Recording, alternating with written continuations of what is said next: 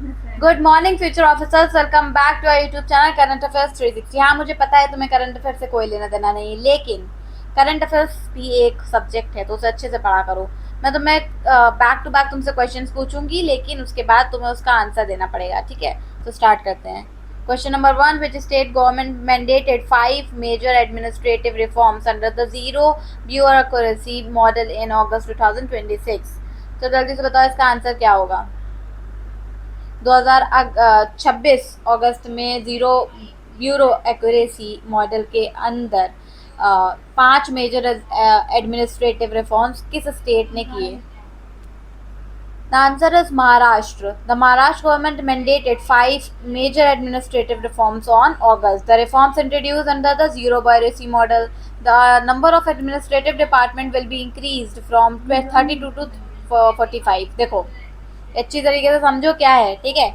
Maharashtra government ने 4 अगस्त 2026 को administration को फास्टर और लेस कॉम्प्लिकेटेड बनाने के लिए रिफॉर्म्स अनाउंस किए, ठीक है? बहुत ज़्यादा अच्छी तरीके से और थोड़ा सा लेस कॉम्प्लिकेटेड बनाने के लिए, थोड़ा कम कॉम्प्लिकेटेड हो उसके लिए अच्छे से रिफॉर्म्स जो हैं वो अनाउंस किए हैं। ज़ीरो ब्यूरोक्रेसी का इसका सिंपल मतलब क्या है? गवर्नमेंट का काम अननेसेसरी पेपर वर्क और मल्टीपल अप्रूवल लेवल्स में आ सके, ठीक है? ना अटके कहीं पे भी, ठीक है? जो भी अननेसेसरी पेपर वर्क होता है, मल्टीपल अप्रूवल्स लिए जाते हैं अलग अलग जगह पे, वो जो लेवल्स होते हैं उन जगह पे कोई भी काम अटके ना, इसीलिए जीरो ब्यूरो एक्यूरेसी का जो वो है क्या उसे बोलते हैं, रिफॉर्म अनाउंस किया गया है। चेंज क्या क्या हुआ है? एडमिनिस्ट्रेटिव डिपार्टमेंट 33 से बढ़ाकर 45 किए जाएंगे, ठीक है? डिसीजन मेकिंग को सिर्फ 3 एडमिनिस्ट्रेटिव लेवल्स तक लिमिट किया जाएगा। गवर्नमेंट जो प्रोसेस है री इंजीनियरिंग मतलब GPR इंट्रोड्यूस किया जाएगा। मेन एम है क्या है मेन एम? पब्लिक सर्विस को फास्टर और भी ज़्यादा एफिशिएंट बनाना, ठीक है? याद रखो। Question number 2, which state launched the Nijut Moina and Nijut Babu student welfare schemes in August 2026? And the answer is Assam. Assam launched applications for the Nijut Moina and Nijut Babu schemes on August 2026. Question क्या पूछ रहा था? Nijut Moina और निजुत बाबू schemes किस state ने launch की हैं? तो किस स्टेट ने लॉन्च की है? असम ने लॉन्च करी। असम गवर्नमेंट जो है उसने स्टूडेंट की एजुकेशन को सपोर्ट करने के लिए ये दोनों स्कीमें लॉन्च की हैं, ठीक है? निजुत मोइना जो है वो मेनली गर्ल्स के लिए है, गर्ल्स स्टूडेंट के लिए। इसका पर्पस क्या है? गर्ल्स को और ज़्यादा हायर एजुकेशन कंटिन्यू करने में हेल्प हो, ठीक है? फाइनेंशियल हेल्प मिले, ठीक है? गर्ल्स को स्कूल कॉलेज से ड्रॉप आउट जो होना पड़ता है उससे होने से रोकने के लिए ये चीज़ लाई गई है। चाइल्ड मैरिज से प्रिवेंशन मिले, ठीक है? छोटे छोटे बच्चों की शादी कर दी जाती है, लड़कियों की इच्छा नहीं पूछी जाती, माँ बाप उनको उनकी शादी कर देते हैं छोटी उम्र में, ठीक है? उस चीज़ से भी उनको मतलब सुरक्षा मिले, ये सारी चीज़ें जो। और निजुत बाबू जो है वो बॉयज़ के लिए है। निजुत बाबू किस लिए है? जो बॉयज़ स्टूडेंट हैं उसमें हायर सेकेंडरी, अंडर ग्रेजुएट और पोस्ट ग्रेजुएट स्टडीज़ करने वाले बॉयज़ को फाइनेंशियली असिस्टेंट दी जाती है। ये चीज़ पूरी है निजुत बॉयज़ के अंदर। अब इन लोगों की तो शादी का कोई लफड़ा है नहीं, लड़कों को तो शादी के बाद बहुत मज़ा आता है उन लोगों को, लेकिन जो लड़कियों का है उन लोगों की दिक्कत है, ठीक है? लड़कियों की शादी की दिक्कत होती है, वो बचपन में उनकी शादी करा दी जाती है, उनको पढ़ने के लिए स्कूल नहीं भेजा जाता है, ठीक है? बहुत सारी दिक्कतें होती है, तो उसके लिए निजुत मोइना।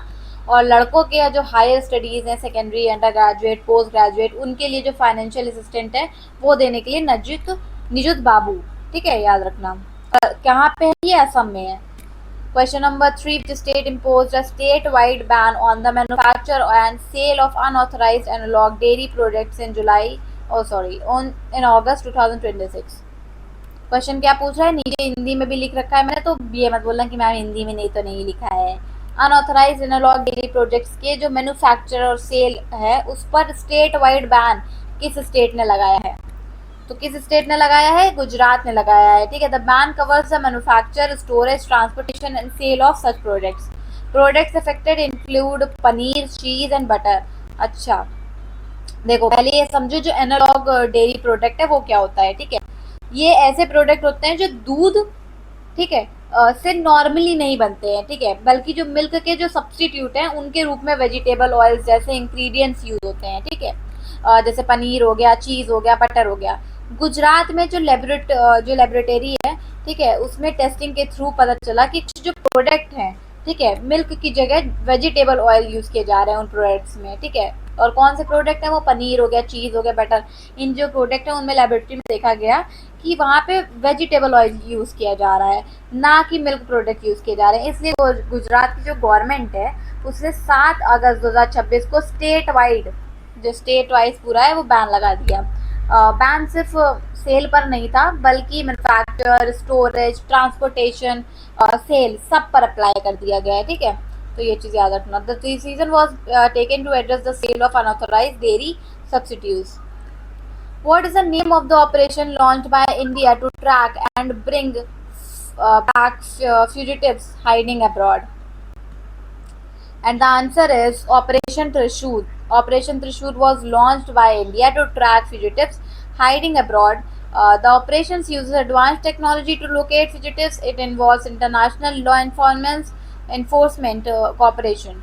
देखो क्वेश्चन क्या पूछ रहा था, अब्रॉड जो है वो छुप के फ्यूजिटिव्स को ट्रैक करके इंडिया वापस लाने के लिए कौन सा ऑपरेशन लॉन्च किया गया है, ठीक है। तो कौन सा ऑपरेशन लॉन्च किया गया, ऑपरेशन त्रिशूल। आप समझो क्या है ये, कुछ क्रिमिनल्स हैं जो फ्यूजिटिव्स हैं वो इंडिया से बाहर जाकर हाइड हो जाते हैं, ठीक है, छुप जाते हैं, ठीक है, उनको लोकेट करके इंडिया वापस लाना इजी नहीं होता। उनको ढूंढो, ठीक है, उनको वापस लाओ, ये इतना आसान नहीं है जितना सुनने में लग रहा है, ठीक है, क्योंकि वो डिफरेंट कंट्रीज में हो सकते हैं तो हमें नहीं पता होता है कि वो कहाँ पे होंगे। इसलिए इंडिया ने ऑपरेशन त्रिशूल के थ्रू एडवांस टेक्नोलॉजी का यूज किया है। इंटरनेशनल लॉ एनफोर्समेंट जो इन्फोर्समेंट एजेंसी उनके साथ कोऑपरेशन किया है, ठीक है, मिल गए वो लोग। फॉरेन कंट्रीज में जो छुपे हुए फ्यूजिटिव्स हैं, मतलब जो वो हैं अपराधी, ठीक है, उनको ट्रैक किया जाएगा और उसके बाद पकड़ा जाएगा। सोर्स के अकॉर्डिंग 2019 से 5 अगस्त 2026 तक 274 मतलब 74 जो वो हैं क्रिमिनल्स, उनको 36 कंट्रीज से इंडिया वापस लाया गया है। समझ रहे हो, 274 क्रिमिनल्स को 36 कंट्रियों से, अलग अलग 36 कंट्रियों से वापस इंडिया लाया गया इन्हीं ऑपरेशन त्रिशूल की मदद से, ठीक है, ये याद रखना। This is very important operation त्रिशूल, तो उसको लिख लो किसी कॉपी में। कॉपी पेन लेके बैठो कि नहीं, वैसे ऐसे ही बैठ गए। Who was appointed as the next Director General Armed Force Medical Services effective August 31, 2026? Question क्या पूछ रहा है, 31 अगस्त 2026 ने से next director general armed force medical services मतलब DGAFMS कौन बनेगा, ये पूछा जा रहा है। तो कौन बनेगा, answer is air marshal Sandeep Thareja, ठीक है। The point was announced by the government of India. He will assume the position will effect from 31. It will succeed Surgeon Vice Admiral Aarti Serin. He played a key role in operationalizing the Bhishma Cube for rapid humanitarian medical response.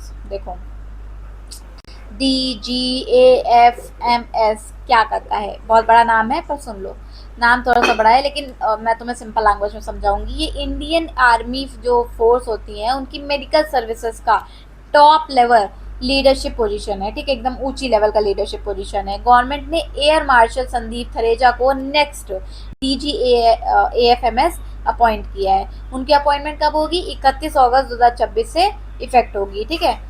वो surgeon vice admiral आरती serine को succeed करेंगे, ठीक। एक important point क्या है, संदीप थरेजा जो है वो भीष्म क्यूब को ऑपरेशनलाइज करने में इम्पॉर्टेंट रोल उन्होंने प्ले किया था, ठीक है। जो संदीप थरेजा जी हैं उन्होंने भीष्म जो क्यूब था उसके ऑपरेशनलाइजेशन में काफ़ी ज़्यादा इम्पॉर्टेंट रोल प्ले किया था, ठीक है। भीष्म क्यूब जो है उसका यूज़ रैपिड ह्यूमैनिटेरियन जो मेडिकल रिस्पॉन्स होता है उसके लिए किया जाता है, ठीक है।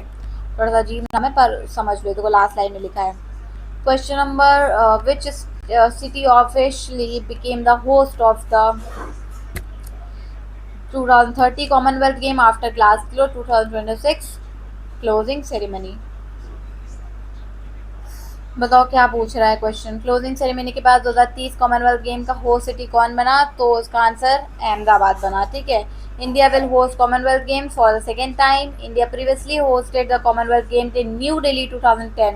ये याद रखना अच्छी तरीके से, पिछली बार किसको बनाया गया था, न्यू दिल्ली को बनाया गया था, और दूसरी बार अब की बार अहमदाबाद को बनाया गया। कॉमनवेल्थ गेम एक मेजर इंटरनेशनल स्पोर्ट इवेंट है, इसमें बहुत सारे स्पोर्ट्स खेले जाते हैं, ठीक है। 2030 कॉमनवेल्थ गेम इंडिया में होगा, ठीक है, और इसका होस्ट सिटी कौन होगा? अहमदाबाद, ठीक है। ग्लास क्लोज 2026 कॉमनवेल्थ गेम की क्लोजिंग सेरेमनी के टाइम अहमदाबाद को कॉमनवेल्थ गेम्स फ्लैग जो है वो दिया गया, ठीक है, हैंड ओवर किया गया, ठीक है। इंडिया के लिए क्या है ये इम्पोर्टेंट है क्योंकि India second time Commonwealth game host करेगा। पहली बार इंडिया ने 2010 में न्यू दिल्ली में कॉमनवेल्थ गेम होस्ट किया था, ठीक। Which city temporarily suspended the Succession border free travel arrangement with Spain in August 2026? And the answer is Italy. Italy temporarily suspended the Succession border free travel. The suspension was imposed for 1 month. The decision followed a large number of migrants entering the Spanish enclave of Ceuta from Morocco. Italy reintroduced passport for and identity document checks. देखो क्या है, suction area में जो participating European countries के बीच generally internal borders checks नहीं होते, ठीक है। मतलब एक कंट्री से दूसरी कंट्री ट्रैवल करते वक्त नॉर्मल सिचुएशन में passport checks limited no routine हो सकते हैं, ठीक है, लिमिटेड हो सकते हैं या फिर नहीं भी हो सकता है कोई भी, वो 1 मंथ के लिए टेम्परेरी सस्पेंड कर दिया है, ठीक है। क्यों किया है बताइए इसका रीजन मैम? तो इसलिए किया है, रीजन था माइग्रेशन इशू, ठीक है। Large number of migrants Morocco से स्पेनिश इक्लेव सियूटा में एंटर हुए। इसके बाद इटली ने क्या किया, स्पेन से आने वाले जितने भी पैसेंजर्स हैं उनके लिए passport check, identity document check, ये सारी चीज़ें री इंट्रोड्यूस की, ठीक है। जो भी वहाँ से आ रहे थे मोरक्को से स्पेन इक्लेव सियूटा, वो वहाँ से आए, एंटर हुए, तो उसके बाद क्या हुआ, स्पेन से आने वाले जो भी पैसेंजर्स थे, जो भी स्पेन से आ रहे थे, उनके लिए सारी चीज़ें दोबारा से रीइंट्रोड्यूस की गई। क्या चीज़ें मैम? पासपोर्ट चेक्स और आइडेंटिटी डॉक्यूमेंट चेक, ठीक है, याद रखना। Joint Telegram and WhatsApp channel for this PDF and आने वाले जितने भी स्टडी मटेरियल्स हैं वो आपको सब के सब टेलीग्राम और व्हाट्सएप चैनल पर मिल जाएंगे, तो जाओ और जाकर उसको फॉलो कर लो, उसमें पैसा नहीं लगता है, ठीक है। तो जाओ और वहाँ पे जितने भी लाइव नोटिफिकेशन हैं, पोल क्विजेस, सब कुछ वहाँ पे अवेलेबल होता है, और जो भी नए ऑफर आते हैं वो वहाँ पे अवेलेबल होते हैं, तो जाओ जल्दी से जाकर उसको ज्वाइन करो। Which country foreign minister Bhaktiyor Saido visited New Delhi in August 2026 to strengthen strategic cooperation with India? And the answer is, oh sorry मैंने 2 बार कर दिया क्या? Okay, उज़्बेकिस्तान, ठीक है। Uzbekistan foreign minister Bhaktiyor Saido visited New Delhi August. The visited aim to strengthen strategic cooperation between India and Uzbekistan. देखो क्या question पूछ रहा था, फॉरेन मिनिस्टर बाक्टियोर सोइडोव ने अगस्त 2026 में न्यू दिल्ली विजिट किस कंट्री की तरफ से किया? तो किसकी कंट्री की तरफ से किया? उज़्बेकिस्तान की तरफ से। समझो क्या हुआ था, जो बाक्टियोर सैदोव हैं वो उज़्बेकिस्तान के फॉरेन मिनिस्टर है, ठीक है, उज़्बेकिस्तान के फॉरेन मिनिस्टर हैं। उन्होंने 5 अगस्त 2026 को न्यू दिल्ली विजिट किया। मेन पर्पस क्या था मैम? मेन पर्पस था इंडिया उज़्बेकिस्तान जो है उसकी स्ट्रैटेजिक कॉपरेशन को स्ट्रेंथन करना और ज़्यादा मजबूत करना, ठीक है। इंपॉर्टेंट एरियाज क्या है? Critical minerals, mining, trade, defence, ये सारी चीज़ें। इंडिया और जो उज़्बेकिस्तान है ना, उसके बीच में जो बायलेटरल ट्रेड है, मतलब दोनों तरफ से ट्रेड चलता है, ठीक है, अप्रोक्सीमेटली $1 मिलियन तक पहुंच गया है, ठीक है। तो इसलिए ये सारी चीज़ें की जा रही हैं, और उनके जो संबंध हैं इनको और ज़्यादा स्ट्रेंथ करने के लिए और ज़्यादा मजबूत करने के लिए जो है किया गया, ठीक। Which Indian state signed 4 MOUs with Australia in August 2026 to promote clean energy and advanced manufacturing? बोलते बोलते मैं भी थक गई, तो 2 मिनट सोचो तुम मेरे इसका आंसर।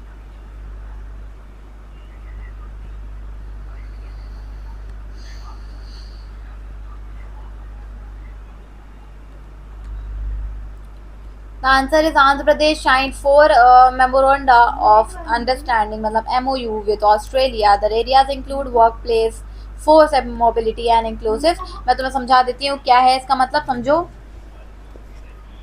देखो जो MOU है उसका मेन फोकस क्या था? उसका मेन फोकस था clean energy, advanced manufacturing, workforce mobility, inclusive education, सबसे इम्पोर्टेंट एग्रीमेंट, ठीक है, यही चीज़ थी, ठीक है। IIT तिरुपति ने सेंटर ऑफ जो एक्सीलेंस है फॉर सोलर मैन्युफैक्चरिंग वो इस्टेब्लिश किया जाएगा, ठीक है, IIT तिरुपति में, ठीक है, centre of excellence for solar manufacturing, ये इस्टेब्लिश किया जाएगा, ठीक है। इसमें क्या होगा मैम, इसमें ऑस्ट्रेलिया की जो यूनिवर्सिटी ऑफ साउथ वेल्स है, मतलब UNSW, वो कोलैबोरेट करेंगी। इसका बेनिफिट क्या होगा मैम, इसका बेनिफिट ये होगा कि इंडिया को सोलर मैन्युफैक्चरिंग टेक्नोलॉजी और जो स्किल्स हैं उसमें और ज़्यादा बूस्ट मिलेगी, ठीक है। और जो ऑस्ट्रेलिया के साथ जो कॉपरेशन है वो और ज़्यादा स्ट्रॉन्ग होगा, ठीक। ऑस्ट्रेलिया से इसीलिए 4 MOUs साइन किए गए। The centre will be developed in cooperation with the University of New South Wales, which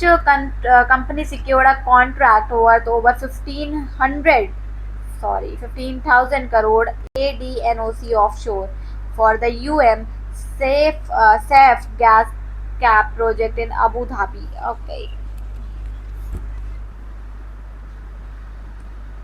Abu Dhabi के सैफ गैस कैप प्रोजेक्ट के लिए 15,000 करोड़ से ज़्यादा कॉन्ट्रैक्ट किस कंपनी को मिला? किस कंपनी को मिला? L&T कंपनी को मिला। अच्छा जी। The total investment project 6.2 billion. The project involves EPCIC of offshore facilities. The contract is for Saf gas cap project in Abu Dhabi. ये क्या था? The contract was secured through L&T Energy hydrocarbon, sorry, ठीक है। देखो L&T का जो ADNOC offshore है वो एक मेजर कॉन्ट्रैक्ट जो है उसको मिला है, ठीक है। प्रोजेक्ट क्या है? सैफ गैस कैप प्रोजेक्ट, ठीक है। लोकेशन कहाँ है? अबू धाबी UAE में, ठीक। कॉन्ट्रैक्ट की वैल्यू कितनी है? 15,000 करोड़ से भी ज़्यादा, ठीक है। L&T ने एक कॉन्ट्रैक्ट अपनी सब्सिडरी में L&T एनर्जी हाइड्रोकार्बन के थ्रू सिक्योर किया है। प्रोजेक्ट की जो टोटल इन्वेस्टमेंट है वो अप्रॉक्सीमेटली $6.2 बिलियन है। EPCIC क्या होता है ये बताइए मैम। तो ये होता है प्रोजेक्ट में EPCIC of offshore facilities involve हैं, ठीक है।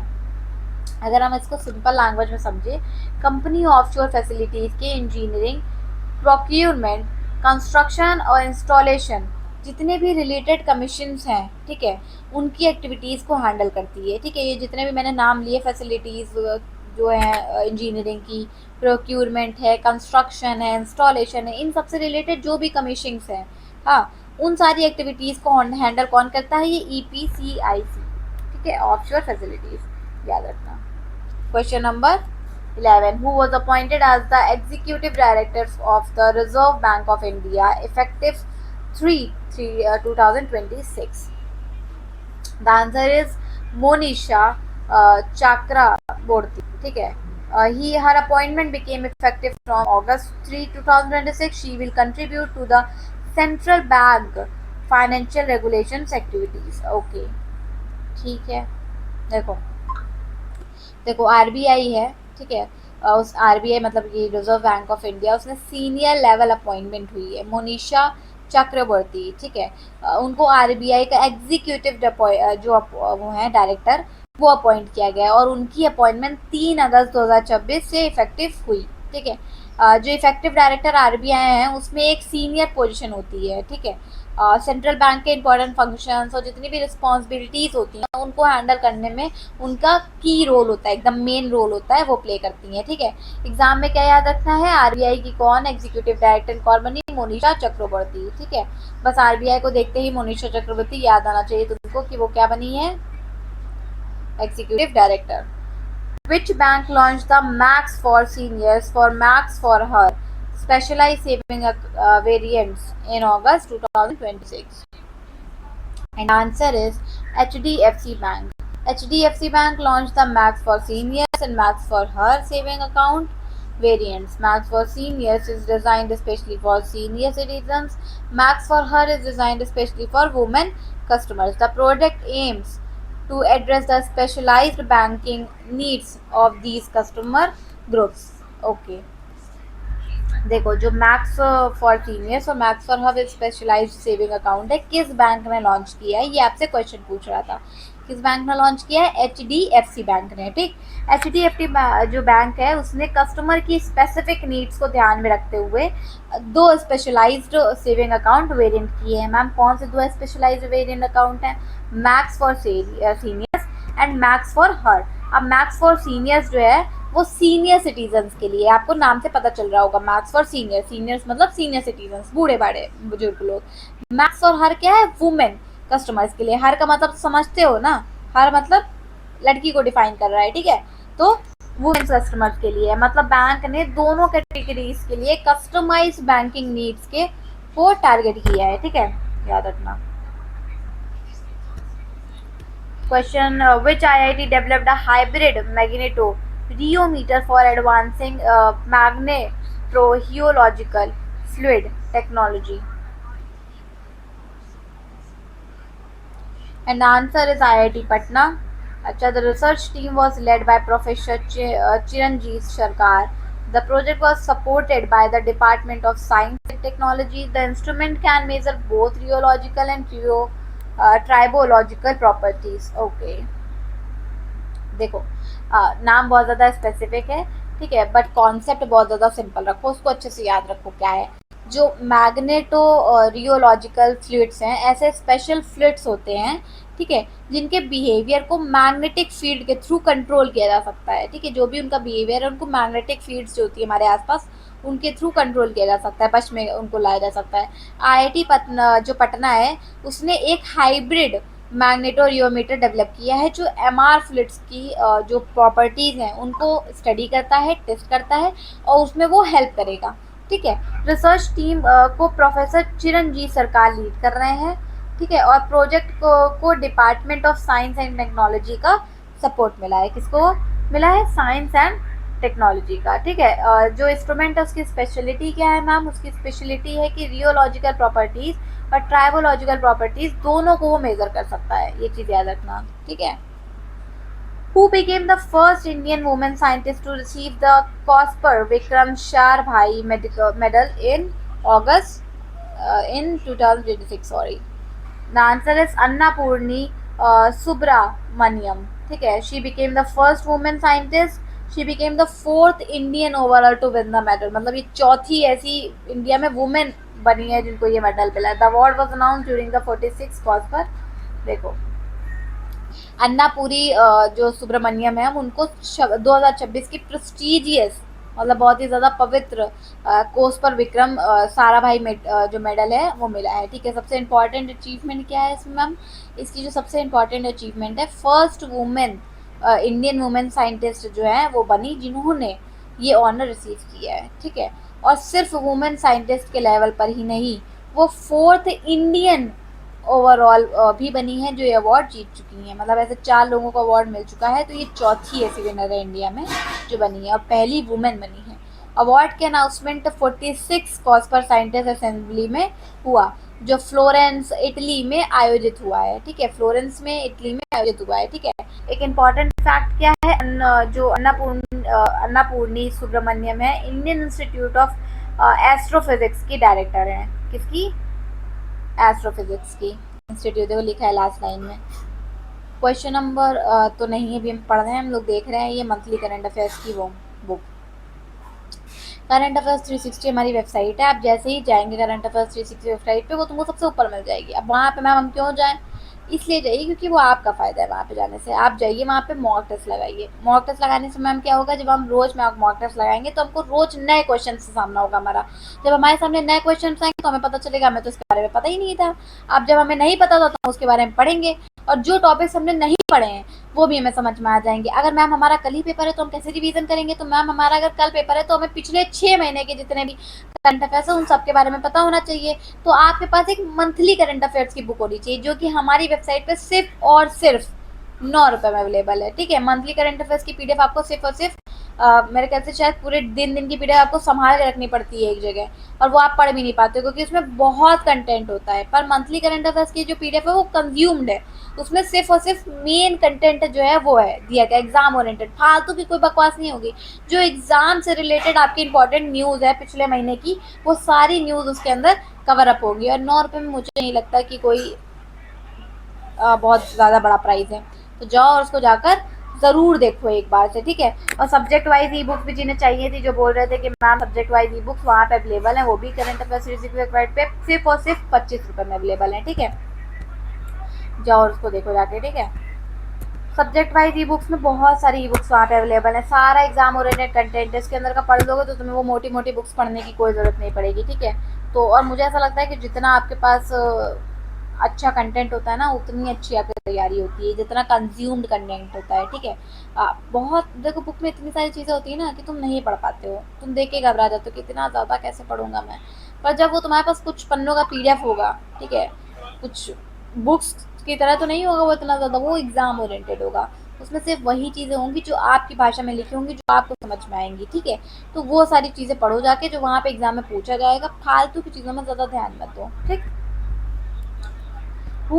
Which organization signed an MOU of India in August 2026 to develop advanced GSI GeoAI solutions for defense sector?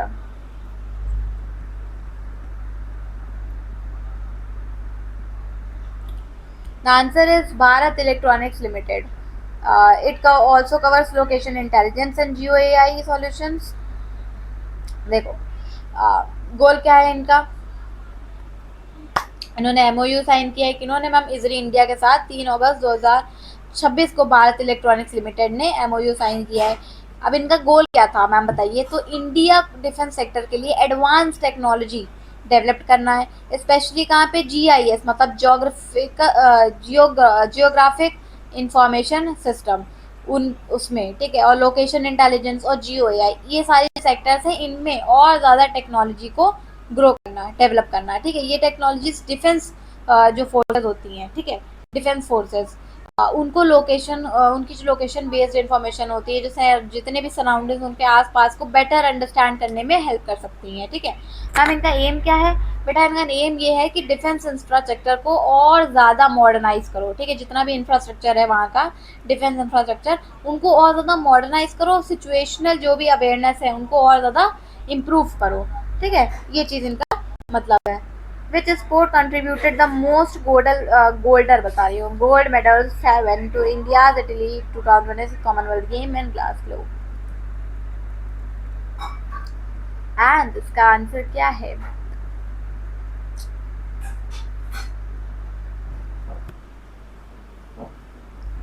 इसका आंसर है boxing. India boxers won 7 gold medals in the competition. India also won 3 silver medals in boxing. India boxers won total 10 medals in the event. अच्छा जी, boxing में 10 medals जो हैं वो जीते हैं कहाँ पे, कॉमनवेल्थ गेम में, ठीक है।